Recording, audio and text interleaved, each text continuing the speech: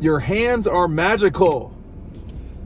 That's what Taylor Swift told Mecole Hardman after securing the overtime game-winning touchdown in the Super Bowl earlier this month. We're about to be out of February. We're not out of February yet, but we're about to be out of February soon. And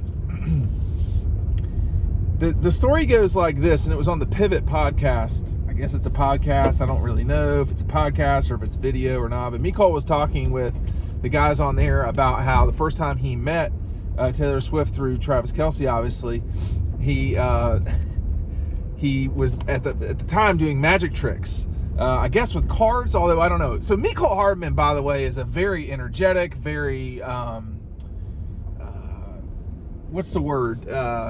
extremely energetic person. So it's not surprising that he would do this sort of stuff. Well, apparently it really caught her attention and was kind of cracked her up, or she was amazed by it. And so that was her immediate reaction to him. He says, after winning the Super Bowl for the Chiefs, I just want to say this real quick. There's not a lot of people in the NFL, or there's not a lot of people in Super Bowl history who have made the game-winning catch. Mecole Hardman's one of those folks. I mean, when I was a child, I'm trying to spit this out. It's very difficult, trying to fight off a cold. As a child, I would stay up to watch the Super Bowl in hopes that it would be a competitive event. It never was. The Broncos were always getting their ass whipped. The Patriots, were getting their ass whipped. Whoever it was from the AFC was getting their brains beaten in by the NFC. Well, anymore, Super Bowl has become like a really tight affair. And there's just not a lot of people in history who can say, I made the game-winning catch or play in the Super Bowl. Obviously, the Patriots did that against Atlanta in overtime. I'm sure that will ruffle a lot of feathers on this viewing audience. But Mecole Hardman has done all the work he's done through the years to have that special moment, and it will never go away. After the Super Bowl, he talked about how he was, he kind of like blacked out for a moment on the field. I'm gonna take it as him at his word. I find that hard to believe. I think you can, in those moments, there's so much noise that you are like, it's like you're in a tunnel almost, and you can't, like, it's so fast, like it's so sudden how things happen. And I'm an expert on never having caught a Super Bowl game-winning catch or an NFL catch, period. But I do know what it's like to be on the field in those moments, and you can hear it. You can't hear anything. What I mean to say is, you hear everything around you, and it's just white noise. Like if you're trying to go to sleep at night, the crowd of an explosion, like if you can keep that explosive play crowd the whole time, that's what it sounds like. It's a very loud crush of white noise. And for Mecole, I've always liked him. He's always been a very pleasant person to be around. He made such a huge impact at Georgia. And I don't know if people realize how much an impact that he made, but he did. And his play in 17 and 18 was huge. As it turns out, he got drafted to the exact right franchise, and he's helped them win multiple. I don't think he's missed a Super Bowl championship with the Chiefs. He's been there for all three. I know he's been there for two. And someone can correct me if I'm wrong about that, but the guy is, we've seen Georgia players through the years have huge Super Bowls. Certainly Hines Ward. Okay, Hines Ward, what he did for the Steelers in Super Bowl XL, I mean, he was the MVP of the game. You couldn't give Mecole the MVP of this game, but he just,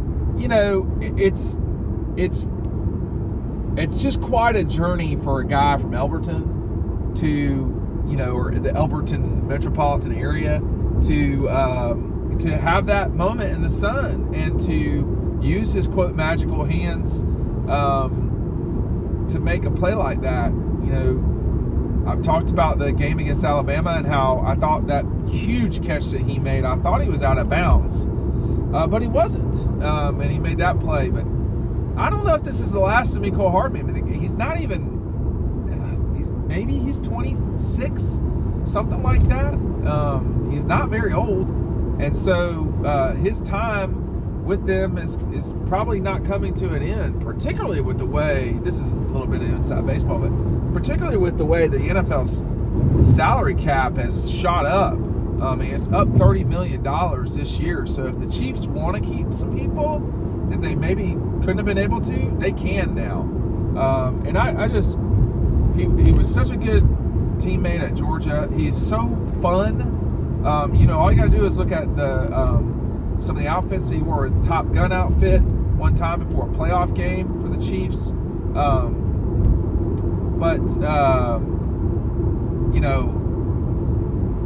There's not been a lot of guys like him.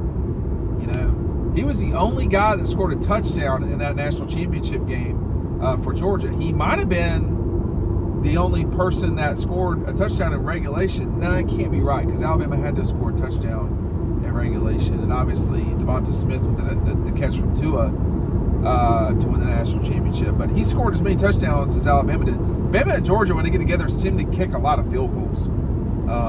That game is just such a physical affair, and we're going to see how it goes in the future with Nick not being there. And I saw, when I watched Mecole at Elbert County, he played quarterback for them. He was number 4. He was slender, much more slender than today. And I think I said this at the time when they were playing Cedar Shoals in Athens. I said, if he could have thrown the ball and caught it himself, he would have. Because there was nothing stopping him. Nothing stopping him. He was an exceptional streak of light playing on the field. I mean, it was hard to stop him. I can't. It has become so bright. Thank God. We don't need any more winter. We need winter to just kind of move along out of the way. But yeah, I mean, he is, that speed that he has is so hard to deal with, and there's nobody like that at Georgia right now. There's not been a lot of guys in Georgia history like Mecole Hardman. This sort of super fast player. Arian Smith is probably linear in terms of linear speed, as fast as Mecole is. But Mecole, in terms of just suddenness, man, he combines the two things. And obviously, high level ability with his hands. Not like that Super Bowl catch was anything unbelievable, but it's all the work to get to that moment to make the unbelievable spectacular. And that's what he's done over time. And I don't have anything but good things to say about Mecole. He has been unbelievable for Georgia. He's been hard to deal with for people in the NFL, for the Chiefs. And now he's got a nickname from perhaps the most famous woman on the earth with his magic hands. I do want, now Mecole, if you wind up watching this somehow, 2 things. 1, reach out for images from when you were younger at Elbert. And then 2, you got to get on social and show us some magic tricks. You got to, like, sometimes Taylor Swift is like a little too impressed with certain things. But my suspicion is that, like in this case, I need to see what you were doing. And so if I run into you at G-Day or anything like that, I'm gonna call you out and get you to do that so everybody can see. But he has really been a lot of fun to be around. The speed, man, the suddenness, the speed, all of that.